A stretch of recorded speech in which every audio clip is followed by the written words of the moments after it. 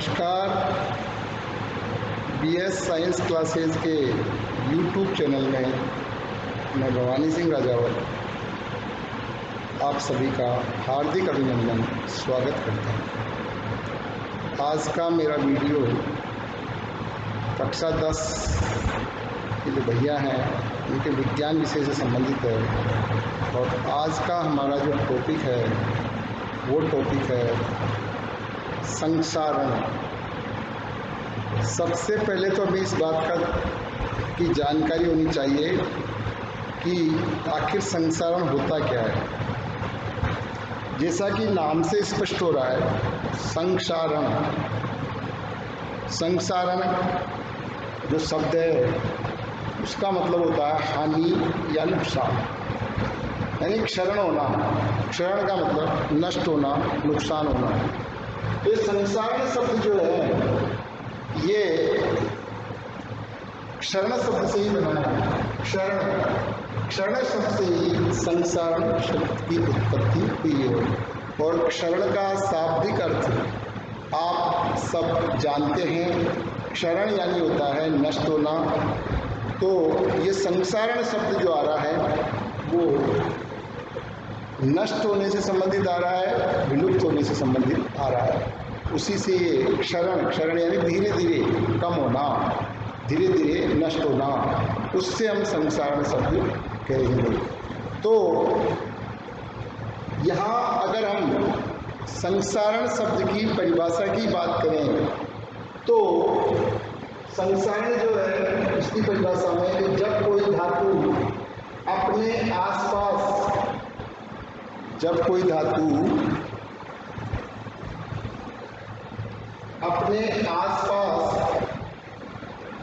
अम्ल, आर्द्रता आदि के संपर्क में आती है, यानी कोई सी भी धातु, वो धातु यदि अपने आसपास रखे हुए कोई अम्ल है, आर्द्रता यानी नमी है, वायुमंडल की नमी है, उसके संपर्क में आती है, तब ये संक्षारित हो जाती है।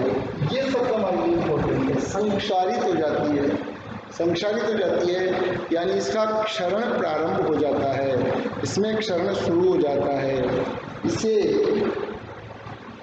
इस प्रक्रिया को हम संक्षारण कहते हैं।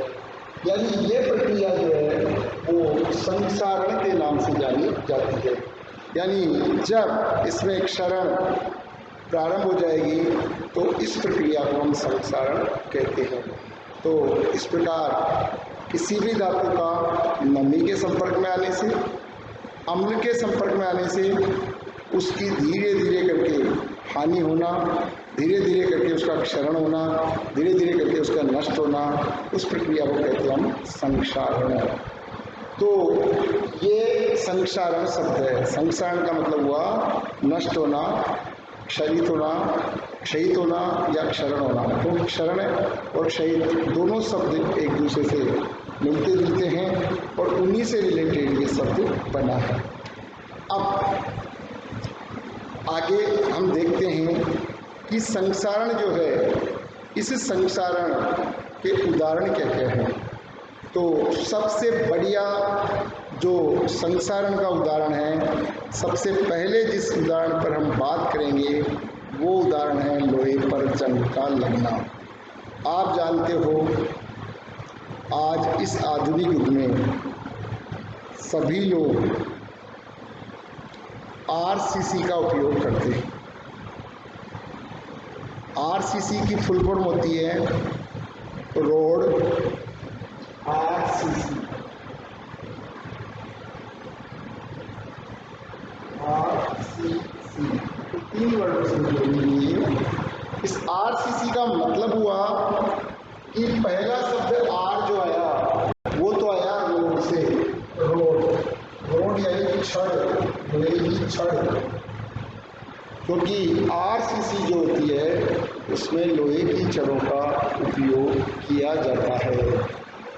दूसरा शब्द जो सी आया, सी शब्द बना सीमेंट से। दूसरा शब्द जो सी आया है वो सी शब्द आया है सीमेंट के लिए, और तीसरा जो सी शब्द है वो सी शब्द आया है कंक्रीट से। यानी सीमेंट में हम गिट्टी वगैरह मिला देते हैं तो वो बन जाती है कंक्रीट। इसीलिए इसी से संबंधित जब केवल हम सीमेंट और कंक्रीट का इस्तेमाल करते हैं तो उसे बोलते हैं सीसी। कई बार आपने सुना होगा कि कॉलोनियों में जो रोड बनी हुई है, एक रोड तो बनती है डामर की और दूसरी जो प्रकार की जो रोड बनती है वो रोड होती है आपकी कंक्रीट की। तो कंक्रीट की जो रोड होती है उसको सीसी रोड कहते हैं हम। तो वो सीमेंट और कंक्रीट से मिलके बनी होती है, इसलिए उस रोड को कह देते हैं हम सीसी रोड। वही कॉलोनी में यहाँ सीसी रोड का निर्माण हो चुका है, कॉलोनी में यहाँ सीसी रोड बन गई है। तो ये आरसीसी शब्द जो है इसका पूरा नाम हुआ रोड सीमेंट कंक्रीट। तो ये जो आरसीसी होती है, इस आरसीसी की कोई निश्चित आयु होती है, क्योंकि आप यदि किसी पुल की बात करेंगे तो यदि वो पुल पुराना है तो उसे इंजीनियर अभियंता जो होते हैं वो ओवरेज घोषित कर देते हैं कि भाई अब इसकी उम्र पूरी हो चुकी है, ये पुल कभी भी टूट सकता है, क्षतिग्रस्त हो सकता है। क्योंकि क्षरण शब्द जो है वो संसारण से ही पहले का शब्द है, संसारण शब्द क्षरण से ही रिलेटेड है। तो वो पुल कभी भी क्षतिग्रस्त क्यों हो सकता है, उसके क्षतिग्रस्त होने का प्रमुख कारण जो होता है वो होता है संसारण।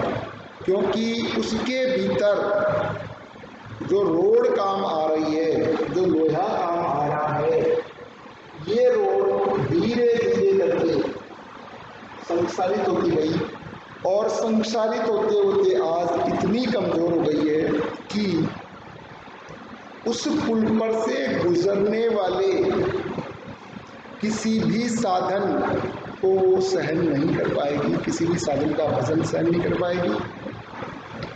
क्योंकि किसी भी पुलिया से कोई साधन जब गुजरता है तो यदि आप स्वयं पुलिया के बीच में खड़े हैं और कोई भारी भरकम ट्रक उस पुलिया से गुजर रहा है तो आपको स्वयं को महसूस होगा कि वो पुल थोड़ा ऊपर नीचे बबलिंग करता है, हल्का फुल्का वो ऊपर नीचे हिलता डुलता है। उसके हिलने डुलने की क्रिया को ये आरसीसी ही सहन कर पाती है, ये आरसीसी ही उसको सही ढंग से सहन कर पा लेती है, अन्यथा वो पुल ऊपर नीचे आने की क्रिया को सहन नहीं कर पाएगा। तो जब इसकी रोड, जब इसका लोहा, यदि वो लोहा संसारित हो गया है, लोहे की कैपेसिटी ऊपर नीचे जो हो रहा है उसको सहन करने की नहीं है, तो जैसे ही वजन की वजह से, दाब की वजह से वो ऐसे बबलिंग करेगा, उसी समय पुल टूट करके और नीचे आ सकता है। इसलिए इंजीनियर लोग इस बात को कहते हैं कि लोहे पर जंग लग गया, आरसीसी जो है वो इसकी समाप्त होगी, इसलिए ये पुल कभी भी गिर सकता है।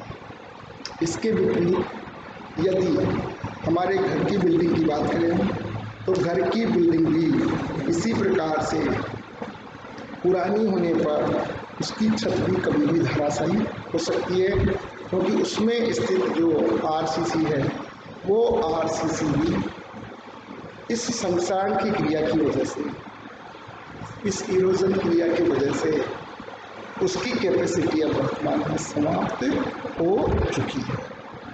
इसके बाद में पहला उदाहरण हुआ हमारा लोहे पर जंग का लगना, यह हमारा फर्स्ट उदाहरण हुआ। दूसरा उदाहरण जो है वो है हमारा कि तांबे के ऊपर काली परत का चढ़ना। तांबा जो है, तांबे के ऊपर काली परत जो है वो चढ़ जाती है। तांबे के ऊपर काली परत का चढ़ना, ये इसका एक दूसरा उदाहरण है। तांबे के ऊपर हरी परत का चढ़ना,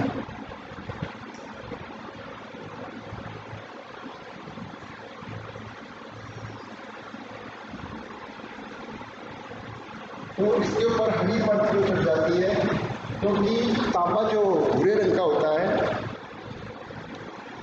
उस पर जब क्षारीय कार्बोनेट बन जाता है, यानी CuOH का उल्टा है CuCO3 जिसको बोलेंगे हम, वो इस प्रकार का क्षारीय कॉपर कार्बोनेट जब बन जाता है तो उसके ऊपर उसकी जो मुख्य रंग है वो रंग उसका गायब हो जाता है। ये भी संक्षारण की वजह से होता है, क्योंकि वायुमंडल में उपस्थित जो नमी वगैरह है, जो सल्फर डाइऑक्साइड गैस वगैरह है या अन्य पदार्थ हैं, उनकी वजह से संपर्क में आकर इस पर ये हरी परत चढ़ जाती है। तीसरा है उदाहरण कि चांदी जो है वो चांदी लंबे समय तक रखे रहने पर काली पड़ जाती है। तो चांदी के ऊपर काली परत का चढ़ना, ये भी संसार का उदाहरण है। इन सब की डिटेल स्टडी हम आने वाले वीडियो में करेंगे, क्योंकि आगे आने वाले पार्ट में आपके संसारण की डिटेल स्टडी है। यहाँ इस जगह संसारण की एक छोटी स्टडी है, कम टॉपिक शामिल किया गया है, इसलिए इसको मैं संक्षेप में लेते हुए आज इसका एक छोटा वीडियो मैंने बनाया है। आगे इसका एक बृहद वीडियो, बड़ा वीडियो आपको आने वाले समय में मिलेगा। इन तीनों की अभिक्रियाओं की बात करें तो थोड़ा सा वीडियो अपना लंबा हो जाता है और अपना मुख्य जो बिंदु है वो भी छूट जाता है, जो आज हम इसमें समझाना चाह रहे हैं। इसलिए आने वाले वीडियो में आपको इसकी बृहद क्रिया अभिक्रिया वगैरह मिलेगी। तो देखो, चांदी के ऊपर काली परत का चढ़ना जो है, इसकी अभिक्रिया को हम देख सकते हैं। देखो, Ag जो है सिल्वर, ये वायुमंडल की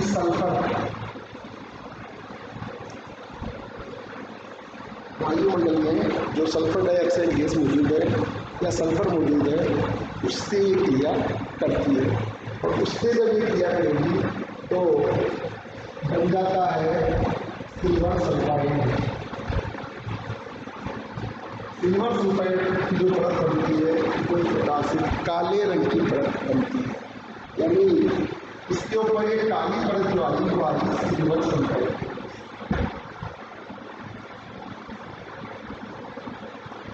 यानी वातावरण में से अगर सल्फर डाइऑक्साइड सल्फर के संपर्क में आएगी तो सिल्वर सल्फाइड की परत बन जाती है, जो एक काली रंग की परत। सिल्वर सल्फाइड जो होता है तो काली परत रहता है। तो इस प्रकार हमारी जो चांदी है, वो चांदी जब लंबे समय तक रखी रहती है तो उस चांदी के ऊपर ये काले रंग की परत चढ़ जाती है। ये काले रंग की परत सिल्वर सल्फाइड की परत होती है। सिल्वर सल्फाइड की वजह से ये काले रंग की नजर आती है। तो ये संक्षारण से जिन जिन में हानियाँ होती हैं उनके कुछ उदाहरण थे। वो बहुत सारे उदाहरण हैं, लेकिन समय का अभाव होने की वजह से हमने कुछ ही उदाहरणों पर आपका ध्यान आकर्षित किया है।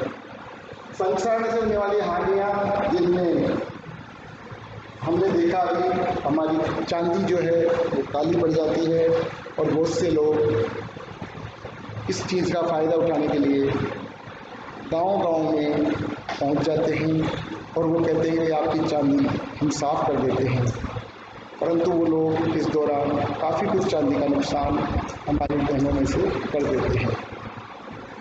काली परत को वो हटा देंगे, क्योंकि एक्वारेजिया में डालने के पश्चात ये चांदी जो है इसकी काली परत हट जाती है।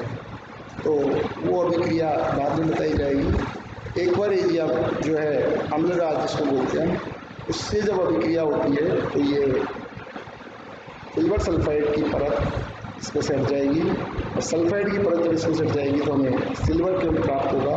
सिल्वर जो होगा वो चमकीला होगा और चांदी जो है उसकी चमक वापस प्राप्त हो जाएगी। संसार से होने वाली आयनों में हमने देखा कि लोहे की जो वैल्यू होती है वो और तार के ढांचे ये सब क्या हो जाते हैं, खराब हो जाते हैं। क्योंकि आपने अगर लोहे की रेलिंग लगा रखी है, उस पर जंग रोधक परत नहीं है, क्योंकि संसार से बचाने के कुछ उपाय जो हैं उनका वीडियो भी आपको आगे प्राप्त होगा। तो संसारण जो है उस संसारण से आपने उचित सुरक्षा नहीं की, संसारण से आपने अपने जो बने हुए हैं यंत्र, अपने जो सामग्री बनी हुई है उसको अगर नहीं बचाया तो खराब हो जाते हैं। जिनमें रेलिंग है, पुल है, तार के ढांचे हैं, ये सब धीरे धीरे करके समाप्त हो जाते हैं और इससे हमें नुकसान होता है। इनको वापस प्राप्त करने में, इनको वापस बनाने में हमें कुछ पैसा खर्च करना पड़ता है, इसलिए हमें आर्थिक हानि इसमें होती है। आज का जो हमारा वीडियो है वो इस संसार टॉपिक के ऊपर आधारित था। कल नए वीडियो के साथ पुनः मैं आपके सामने प्रस्तुत होऊंगा। उसमें नई जानकारी उस वीडियो में आपको मिलेगी। तो अब मैं अपनी वाणी को विराम देता हूँ। आपको ये वीडियो यदि पसंद आए, आपको ये वीडियो अच्छा लगे तो आप BS साइंस क्लासेस के YouTube चैनल को लाइक व सब्सक्राइब करना नहीं भूलें। जय हिंद, जय भारत।